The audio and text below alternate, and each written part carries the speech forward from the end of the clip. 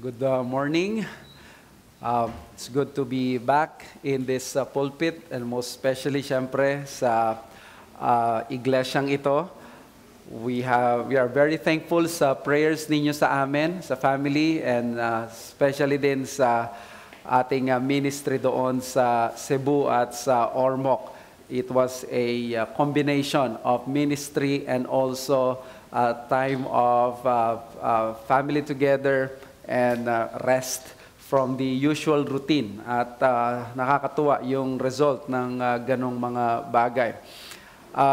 It's a blessing for me to experience that, and of course, I know you have been praying. You prayed for us, so we appreciate that. Kaya sa ating pagbabalik sa ating Sunday School, we will go back sa ating pinag-aaralan na series na Elements of an Orderly Church. At ang title ay Elders Rule.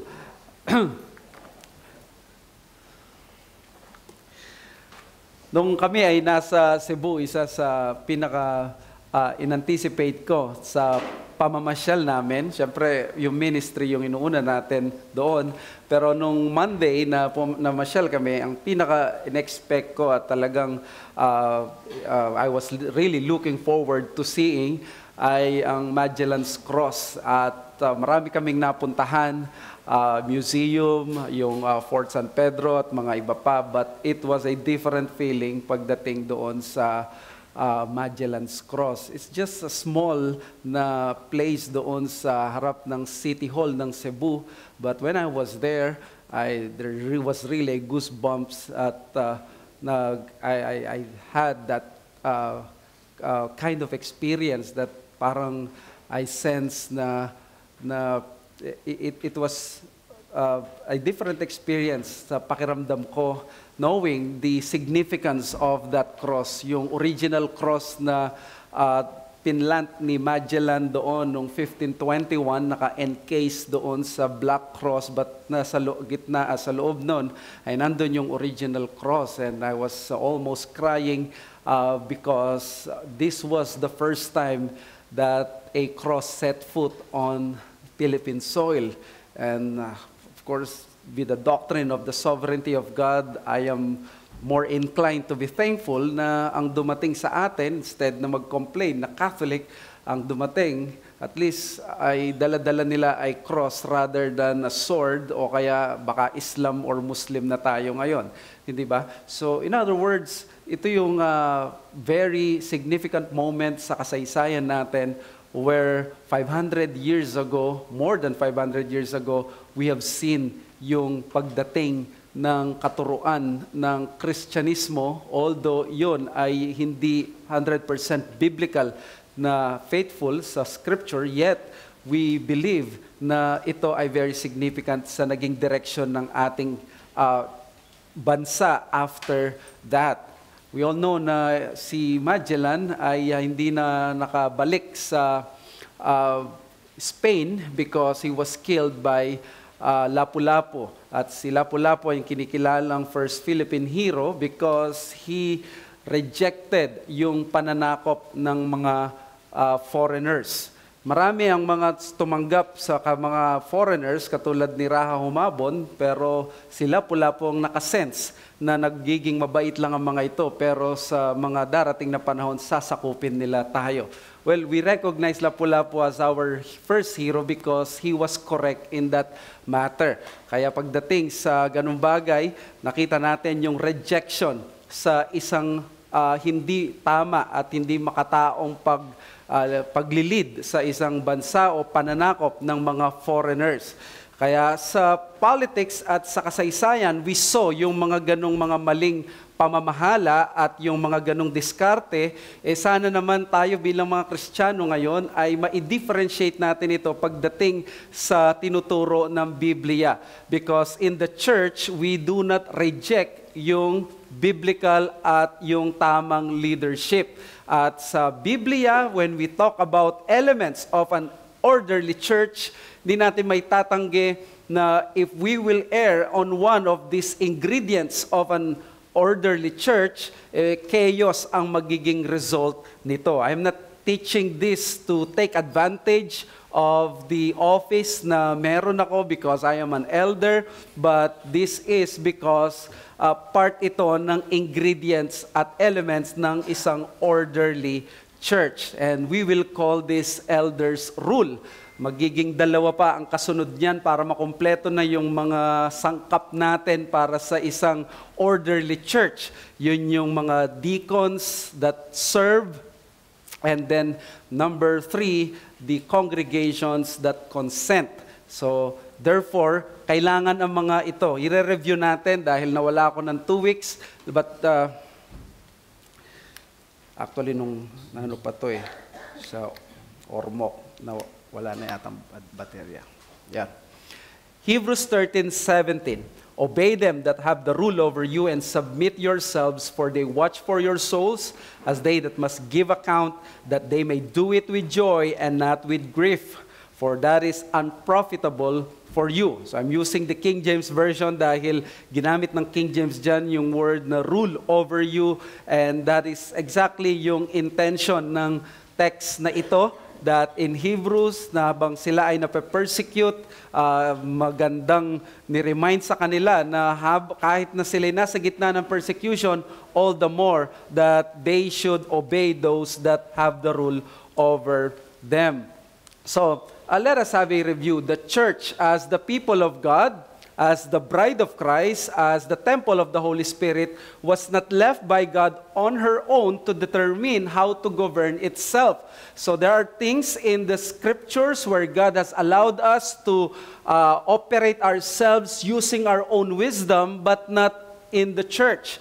The church is a people of God, that is the people of God, the bride of Christ, the temple of the Holy Spirit. This is the community of the triune God. So therefore, it is very important for the Lord to give yung kanyang mismong eksakto na bilin at mga kautusan. And we have, of course, the tool.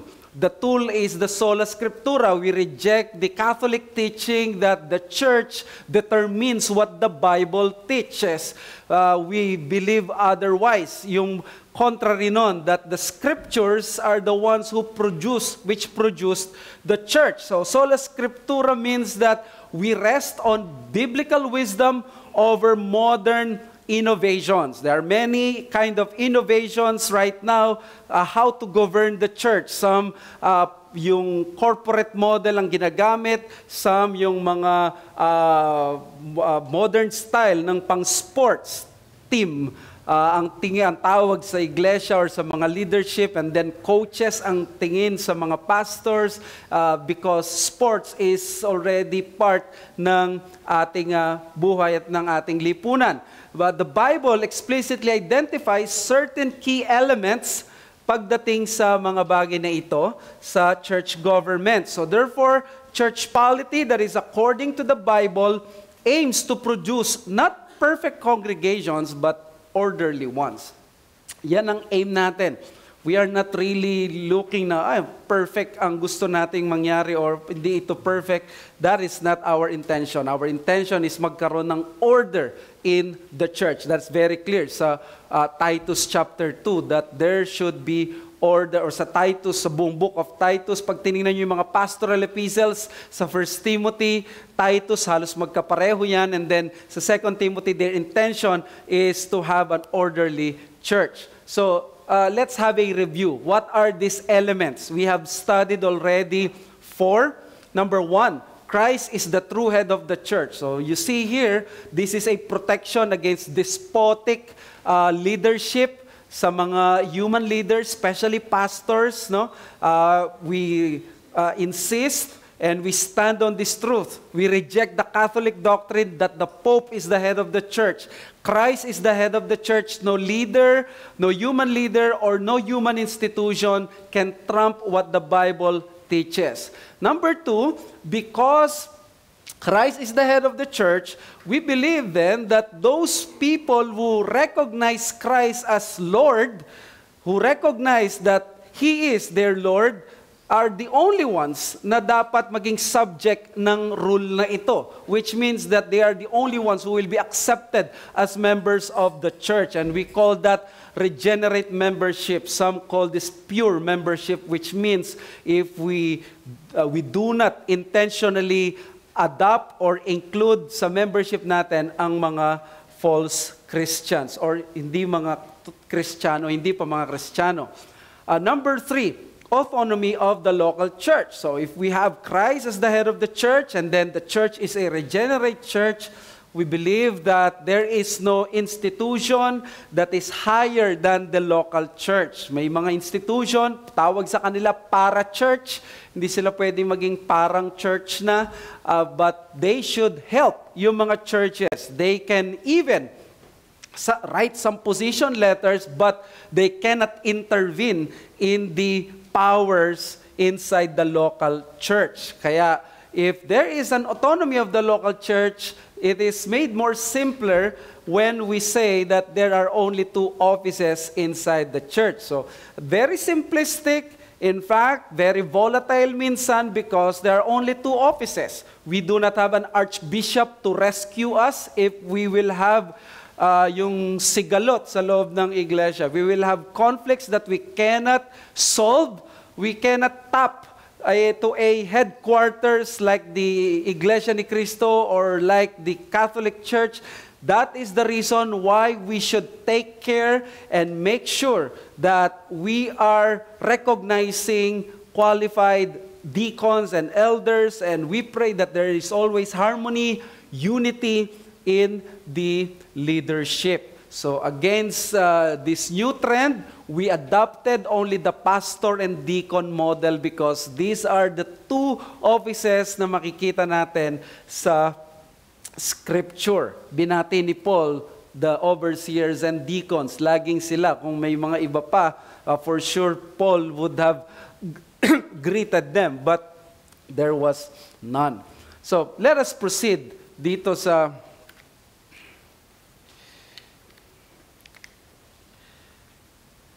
elders' rule.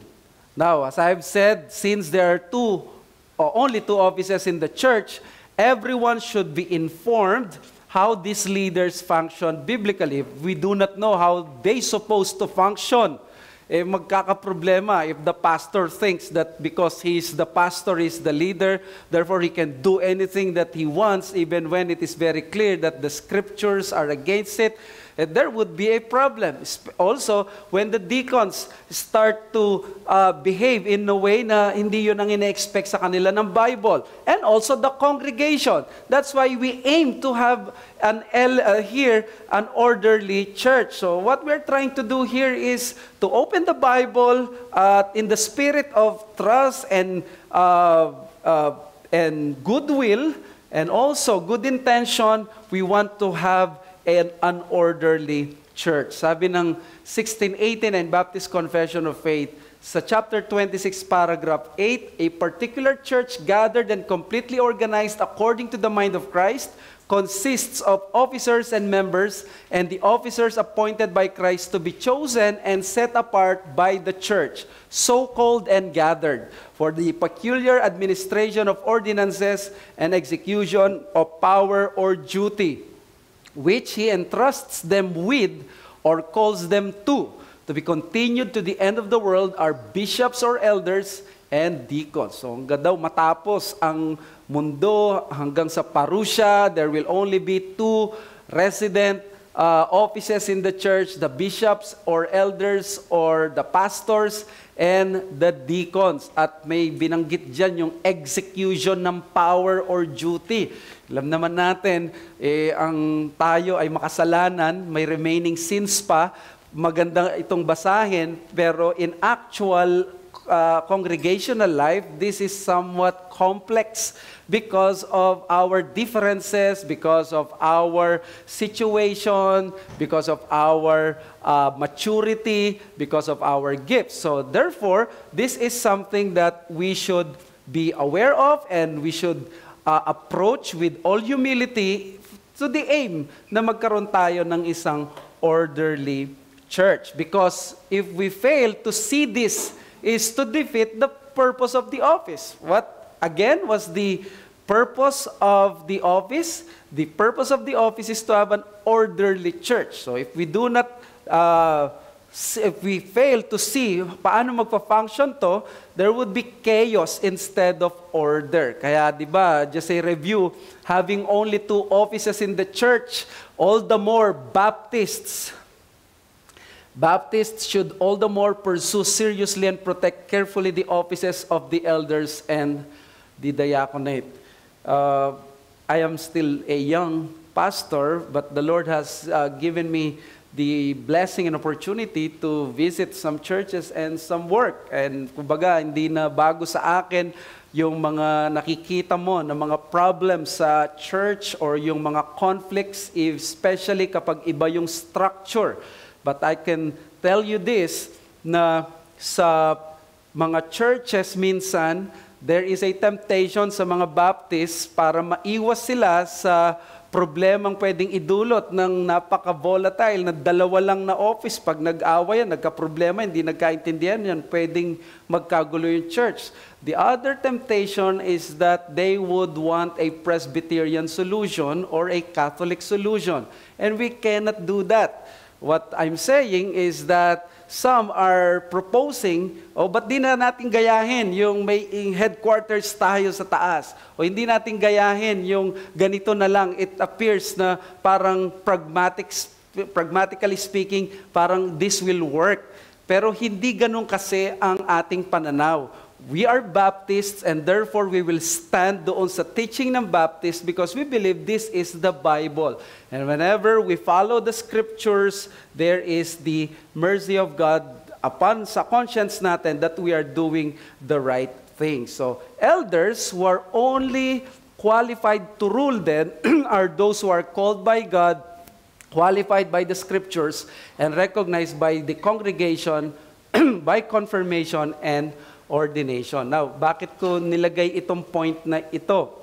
Kasi, pag sinabi mong elders rule, some might perceive na, gusto lang ng mga elders na ito, galangin sila o kaya magkaroon sila ng power, minemaintain na natin kaagad, no? Binabalanse ko na mismo bilang pastor na ang expectation when we say elders rule, that this is an elder na properly qualified by the biblical qualifications and the church has recognized this person. So in other words, there is a balance here na gusto nating makita. Did you know that the 1689, ang pinakamahaba na paragraph or chapters natin is 26 and that is about the local church or about the church. Now, ilang paragraphs ang chapter 26. It is composed of 15 paragraphs. Napakahaba ng chapter 26. Pag kinumpara mo sa mga kinopya niya na confession ng Westminster at ng Savoy, you will see na parang nasa 8 lang or 9 lang.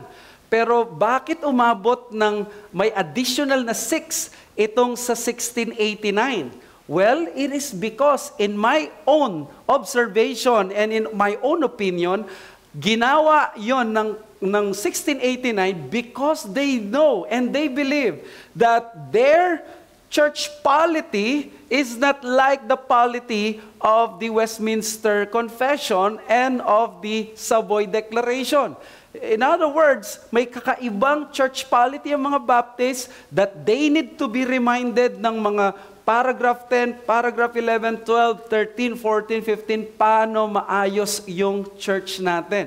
In fact, may nakalagay din doon paano maayos yung conflict kasi kapag hindi ito pinag-usapan at hindi ito maayos at alam yung expectation ng mga members or ng leaders, magkakagulo. Sa Westminster, pwede kang mag-report doon sa session. Pwede kang umakyat doon sa kanilang synod hanggang makarating ka sa General Assembly. So in other words, there is rescue outside the local church. Pagdating naman doon sa congregational, congregational talaga sila, but there is a particular na pagkakaiba ang 1689 ng mga Reformed Baptist or yung mga particular Baptist pagdating sa church polity, at yun ang gusto nating i-discover. So I would need more weeks to explain this.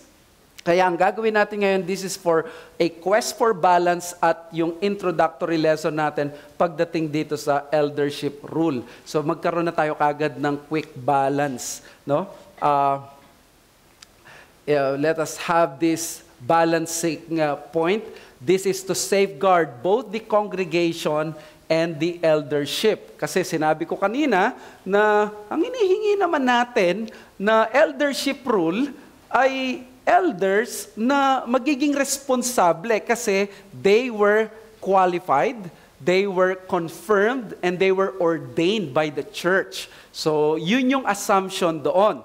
We are not supporting yung mga elders na hindi magiging mabuti sa kanilang iglesia. So in other words, we are not pro-abuse by those people in the authority. For example, unahin na natin yung eldership. A biblically unqualified or disqualified eldership erodes more to abuse of power. So in other words, pag naghingi ka ng eldership rule, tapos yung eldership is unqualified or disqualified, what will happen? I'll give you some example according sa experience, sa pag-aaral. These are my personal opinions at yung mga mapapansin nyo sa mga churches. These are example. If there is an elder na unqualified, for example, hindi pa siya talagang, makikita mo, hindi siya tunay na elder, there is possible temptation that some would use the pulpit to attack members. And this is a problem kasi if you're an elder, there is a process that will make sure and will test you. Do you really love these people? You do not just see them as your fellow members, that they are really your spiritual children. Hindi ka pwedeng tatayo dito at pagsisermonan mo lang sila, masasaktan ka na tumayo ka, yung sakit nila ramdam mo. That is why it is so important that we will pray, and we should pray for our elders to be loving elders to their churches. So while we believe in the power and the authority of the Word of God, we will never use yung pulpit to attack other members intentionally. Some, syempre walang intention, we can accept that, but we believe na the more na ang eldership hindi qualified, the more na nagkakaroon ito ng ganitong example. And probably immoral behaviors and conduct, and how many news that we have heard, people that have fallen into sin, mga leaders, and they have embarrassed the Church of Christ. And therefore, this is, again, additional issue sa mga unqualified. There is a tendency na maging, dahil hindi fit, baka yung mga fit nga at called, they can experience and they can fall into grievous and scandalous sins, how much more yung mga minadali at yung mga hindi qualified. And then, another example is the financial control of the pastors for selfish gain. Kapag ang isang pastor, he wants really to serve his church, magtuturo yan ng finances sa church, but not yung intention na i-take advantage yung money for himself. Because that is, again, sabi sa 1 Timothy 3, na not for filthy lucre's gain. And then, another example ito sa mga churches. Have you heard yung pastor nagka-counsel, pero yung confidentiality sa counseling ay hindi in-honor. Na-break yung trust. At sa ganitong pagkakataon, napakapangit ang nangyayari sa mga churches. And there are a lot of people sa ministry we have seen, immoral behaviors, pulpit attacks, pulpitizing members, confidentiality na bi-break because may mga kung sa materyales, mga substandard. Kaya this is a challenge sa atin. And of course, this is an appeal from your leader or leaders that you have to pray for us, not only to the for the pastor, but also to our members, to our deacons.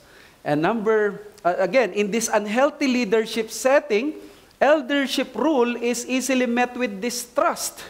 Moral authority and credibility is quickly lost, and the impact of the message will also decline. And this is true. Kaya tingnan nyo, kung ang eldership, ganito yung setting, syempre magdududa yung mga miyembro. Tinuturuan tayo ng eldership rule, pero tingnan mo naman, yung elders natin or yung elder natin, ganito yung ginagawa niya. So in other words, nagdududa yung mga miyembro, hindi na i-encourage na magtiwala at magpasakop doon sa eldership rule. So in other words, tinatry kong balansehin ito na when I present yung eldership rule, we want to present it in a biblical way without any bad and evil intentions on the part of the church or on the part of the one teaching. Diba? So yun yung isang bagay. On the other hand naman, balancing point, a congregation, on the other hand, that refuses to submit to its ordained elders, what will happen to them is that it will erode more to anarchy. Ito naman yung problema. Kung kanina, despotic leadership, di ba? Daming mga problema. Ito naman, pag ang congregation nag-refuse siya na mag-submit sa elder, it will erode more to anarchy. Bigyan ko kayo ng example. Kanina may example tayo sa mga pastors, ngayon naman sa mga church. For example, pwedeng manggaling ito if we want to settle every form of issue via a vote. And this is unbiblical because there are many things in the scriptures na hindi inaalaw na pagbotohan. Diba? Pagbotohan, ang tawag dito, yung teaching ng scripture. When I was in Visayas, kukwentuhan kami nung deacon, doon daw sa kanilang parang process nila ng ng deacon. Parang debate nung kay Grace po, anong gagawin mo pag umatake yung what are you going to do pag nag-attack yung China? So ang case daw is, what are you going to do pag nagkaroon ng emergency case? Let's say in the life of the pastor, nagkaroon ng emergency sa hospital o kaya member. What are you going to do? Will you wait for the Sunday to come and you ask for permission, or you can ask for the permission of the pastor to make an emergency decision and then later on you tell it to the church? Sa congregational na paraan, na strict, you cannot do yung emergency situation. You will have to wait for the congregation. But in a Reformed Baptist setting, the leaders can make in some emergency situations some decisions, and ina-assume natin that the church will follow through doon sa mga ganong decision na certified na emergency. So, these are the things na hindi natin makikita sa actual, or makikita natin pala ito sa actual. Number 2, unruliness of some can easily gain influence. Di naman lahat, pero baka may mga mabilis magsalita, maging critical tayo, o kaya maging fault-finding tayo sa mga elders. We are not shielding our elders from tama na criticism at sakto-saktong criticism lang, pero we should not encourage yung ganong spirit at ganong environment. So, in this unhealthy, paki-move nga. In this unhealthy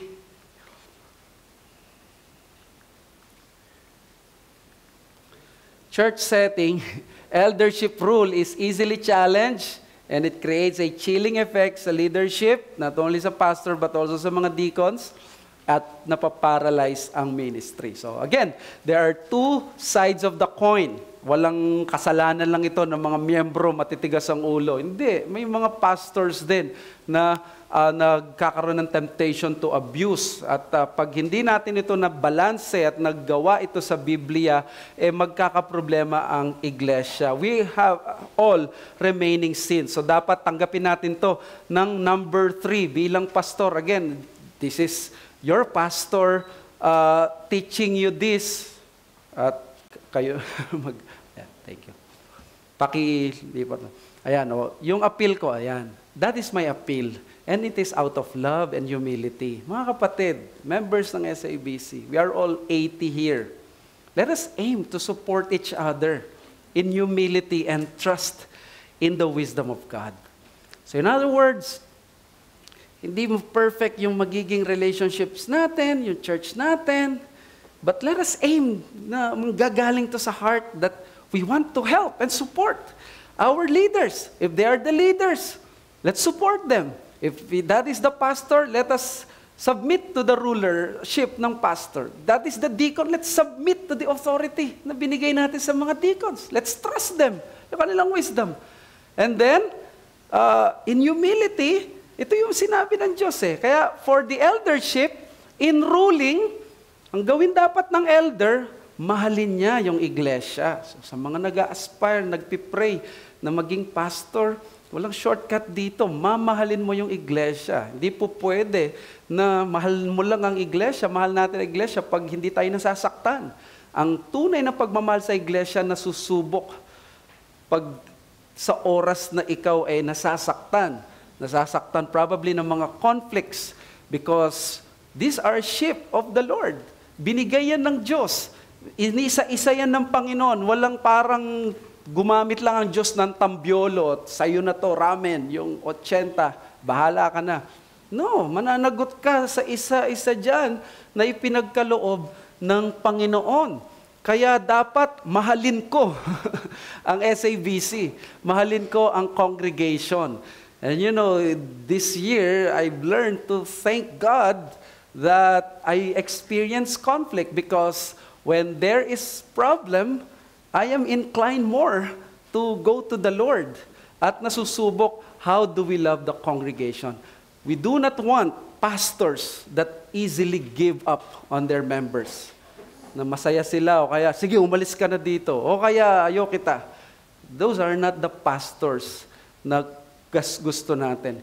At yung pastors na gusto natin, those are willing to sacrifice themselves and even they would sacrifice yung kanilang oras, yung kanilang meron man sila anumang bagay at may mga bagay na hindi sila masishield, that they have really to open their lives.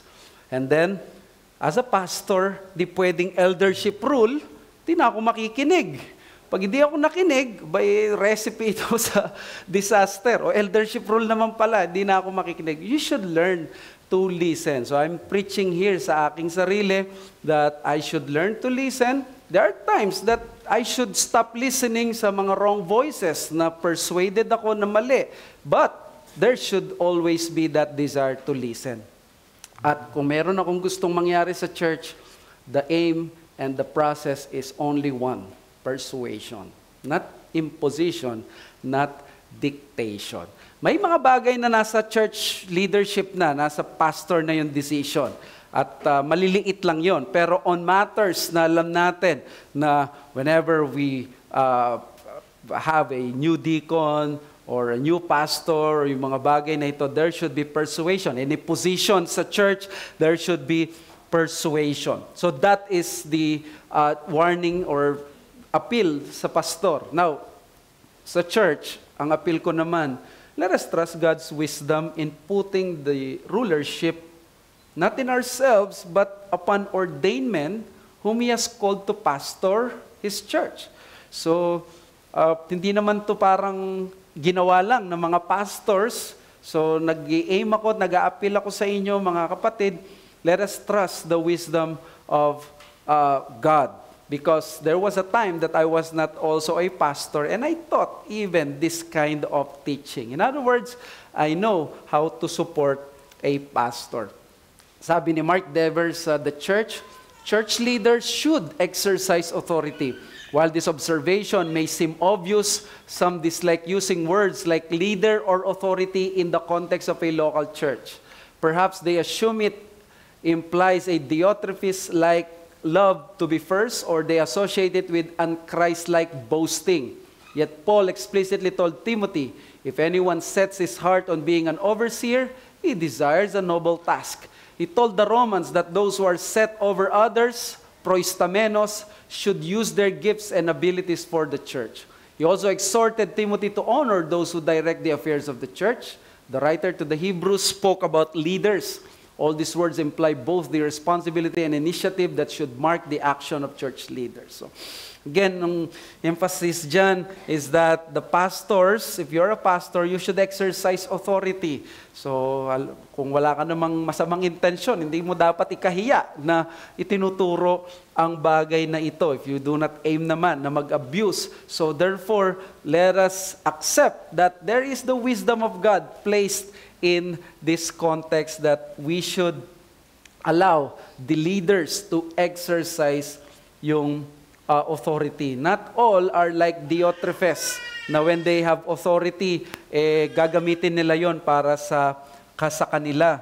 At even si Apostle John, gusto niyang i-discipline. Could you imagine itong si Diotrephes? Kasi he wants to be preeminent in the church. Okay? So what is the healthy solution here? The church, kung may quick solution na tayo kaagad, magpag-aaralan pa natin ito sa mga susunod na lessons natin, but para lamang makita ninyo na, do you want a quick solution or parang healthy solution sa mga bagay na ito? Baka yung iba, si pastor, mag-isa lang siya. How can we be sure na yung decision niya mas wise kaysa sa church? Mag-isa lang siya. That is not always the case, no? Kausap ko nga yung mga pastors, and there is one reason why mabigat ang comment at yung decision ng pastor. At alam nyo, napakaganda ng sagot. Kung sino man ang nag-o-oversight sa mga members, you should be wise to know na magiging mabigat dapat ang desisyon at yung kanyang pananaw. Because yun ang nag-o-oversight sa member. Kung sino yung nag-o-oversight sa member, most probably, he knows more than the others pagdating sa mga particular cases. But on matters that are doctrinal, matters that are we can always, of course, talk about these things. So, the church should aim for a plurality in eldership, while the pastor or pastors should labor to the maturity of the congregation. Again, balancing point. Ang dapat gawin ng church, you pray. Let us pray for an additional elder. Hindi tayo magmamadali, pero hindi tayo magsasayang ng oras. Pero pagdating sa pastor, if I want a church na participative ng tama sa eldership rule at hindi sila magiging kaaway, kalaban, or magiging unruly, dapat mag-aim ako at mag-labor ako bilang pastor na mag-mature ang ating congregation. In other words, teaching, love yung congregation. At kung ang church, you want that, let us pray for additional elders. Sabi ni Jesus sa Matthew 9:36 or ng Matthew, when he saw the crowds, he had compassion for them because they were harassed and helpless, like sheep without a shepherd. Then he said to his disciples, the harvest is plentiful, but the laborers are few.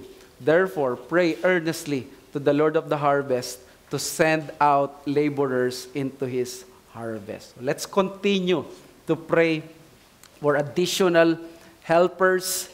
At sabi ng Panginoon, napakarami ng crowd at nagkaroon siya ng compassion. And then he said to the disciples, napaka-plenteous ng harvest, let us pray for the laborers. But let us pray for God-given laborers. Diba? Now, what are the biblical proofs? At dito tayo matitigil. Biblical proofs that eldership rule is biblical. Una, Matthew 16:18, siguro hindi nyo expecto, pero sabi dito, and I tell you, you are Peter, and on this rock I will build my church, and the gates of hell shall not prevail against it. Marami na takot sa doctrine ng Catholic Church na si Peter daw ito. Pag si Peter to, yun yung argument nila ng Roman papacy yung primacy ni Peter. Kaya maraming mga Protestants, pag tiningnan nila to, diyan si Peter. Ang tinutukoy niya dyan na rock ay yung confession, upon this rock I will build my church. And that is the confession that Jesus Christ is God and siyang Savior. Pero, karamihan ngayon ng mga conservative scholars, most of them now are agreeing that in this context, ang tinutukoy niya dyan ay si Peter talaga. So in other words, you are Peter, at si Peter ang rock, at doon niya i-build yung church. Okay? So paano yun? Ako, edi one-man leadership yan. Pero pag tinignan mo yung Matthew 18:18, makita mo that these two passages show the beautiful balance of official rule and congregational rule. So, makikita mo doon yung church leadership or yung church discipline, pero nakikita mo dito yung leadership ni Peter. So, in other words, sa Bible, we believe this, yung keys, hindi yung keys, susi. Yung susi ng kingdom, they are given to the church. Kung paanong anumang i-bind mo, at ito yung magiging mangyayari pag nag-church discipline, but ang gumagamit nito ay kung sino man yung elder. So in other words, while the whole church, yung power nasa kanya, ang nag-e-exercise nito normally, regularly, ay ang elders. Kasi nga, sila yung nagre-represent doon sa church. Ito yung sabi ni John Owen sa kanyang works. Sabi niya sa works, 4th volume, "It is a certain rule that in the performance of all duties which the Lord requires, either the whole church or of any in the church, especially of the officers, they are the first subject of the power needful unto such duties who are immediately called unto them. Hereby all things come to be done in the name of authority of Christ. For the power of the church is nothing but a right to perform church duties in obedience unto the commands of Christ and according to His mind. Wherefore, all church power is originally given unto the church, essentially considered, which hath a double exercise. First, in the call of choosing officers. Secondly, in their voluntary acting with them and under them in all duties of rule." Kaya nga nire-recognize ng church yung pastor, di ba? Pag nire-recognize na in-ordain siya, in other words, nire-recognize siya, ikaw yung magro-rule sa amin. Hindi yung kami ang magro-rule sa'yo. Kami yung, may nakausap akong Baptist, sabi niya, sa inyo ba, kayong mga Baptist na uri na ganito, kayo yung sabi niya, paano yung authority sa inyo? Tapos tinanong ko, kayo ba, ano ba yung authority ninyo? Sabi niya, this is a certain form of Baptist. Sabi niya sa akin, ay syempre, pinapasweldo namin yung pastor. Hindi dapat sundin niya kami. Boss niya yung church. And this is corporate model. This is unbiblical. Yes, it is true that the church pays the salary of the pastor, but the Bible speaks that the power ay yung pag-rule ay wala sa congregation. Okay? So, this is Matthew. Now, this is Hebrews 13:17. "Obey them that have the rule over you and submit yourselves." Very clearly again, nandun yung word na rule. Gusto kong makita sa inyo dyan, pakita niyan, yung rule laging kadikit ng pastor. Hindi nyo makikita yung rule na kadikit ng buong church. Hindi nirurule ng church yung sarili niya. Ang pastors, mga ordained elders, sila yung nagro-rule doon sa church. Okay? So, to submit to the rule of eldership is a New Testament command that is intended not for selfish, despotic aim of the elder, but for the growth of the member under the scrutiny of Christ. Mananagot ang mga pastor, kaya mag-obey kayo para magawa nila yung pag-oversight sa inyo na may kagalakan. So, in other words, ang intention, again, hindi for selfish gain of those people. And by the way, warning to, baka may gumagamit ng mga pastors dito or ng mga leaders na yung word na obey dito, sabi, obey. Di ba kung paano yung magulang, obey mo yung anak mo. Yung anak, obey niya yung magulang. Hindi dapat magreklamo. No. Iba yung Greek word dito. Sa Ephesians 6, "Children, obey your parents." Ito yung uri ng obedience na parang militar na wala kang reklamo. Sinabi yun na magulang mo yan.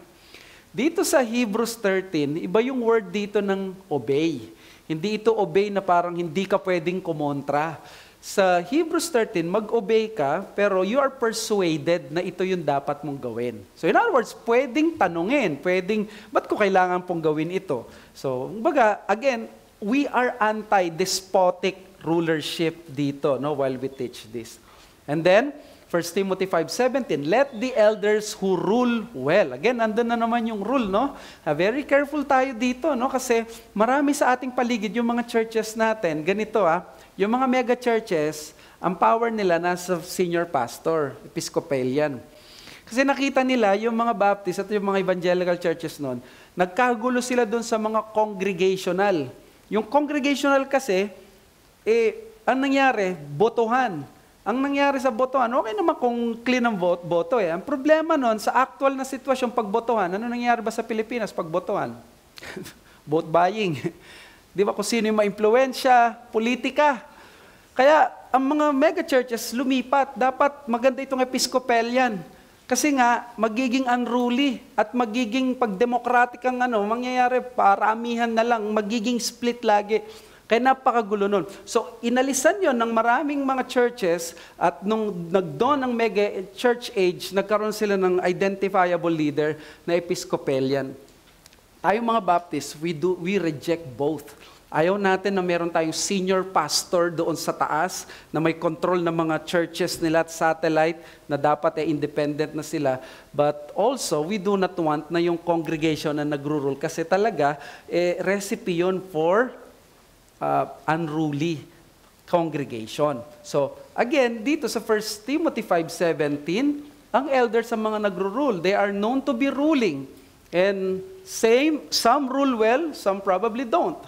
And all elders are ruling elders. Ito yung Baptist position kasi sa Presbyterian, may teaching elder, may ruling elder. So, sa atin, we believe parehong nagro-rule yan basta elder. So, ang office natin isa lang pagdating sa teaching. That is the pastoral office.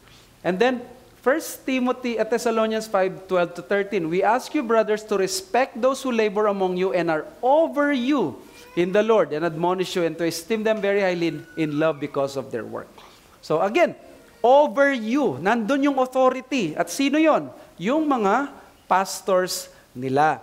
So the elders' office and work are enough reason para i-maintain mo yung positive attitude toward the elders. Alam nyo, feeling ko pag nagtuturo ako ng ganito, parang pag nagtuturo ako ng about money, parang you have to explain muna that we are not money-making church. Daming, di ba, sabi nga, sino ba nagsabi? Si James White yata, pag nagturo ka ngayon about LGBT, ang dami mong mga qualification.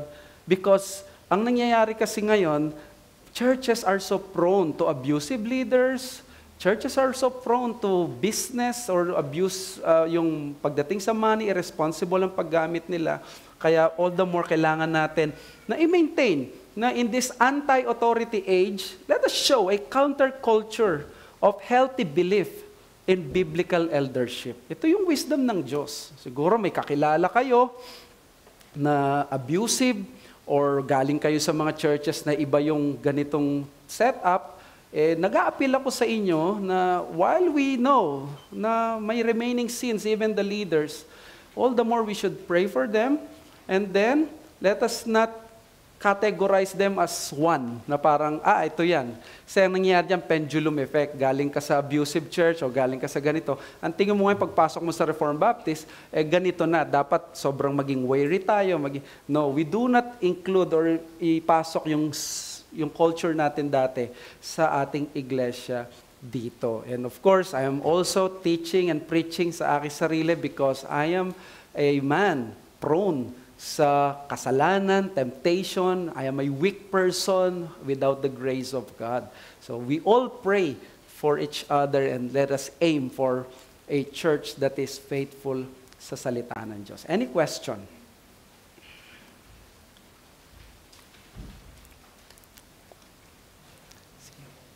Pa-open nyo yung bisita ko namin from Ormoc.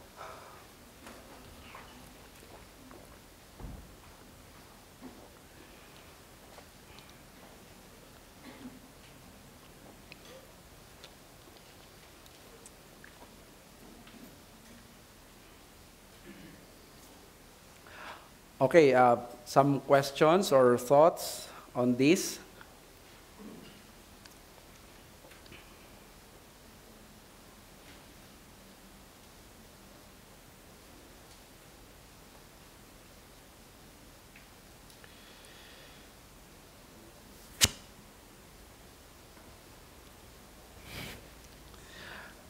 May gusto tanong po kayo, Tatay Peter?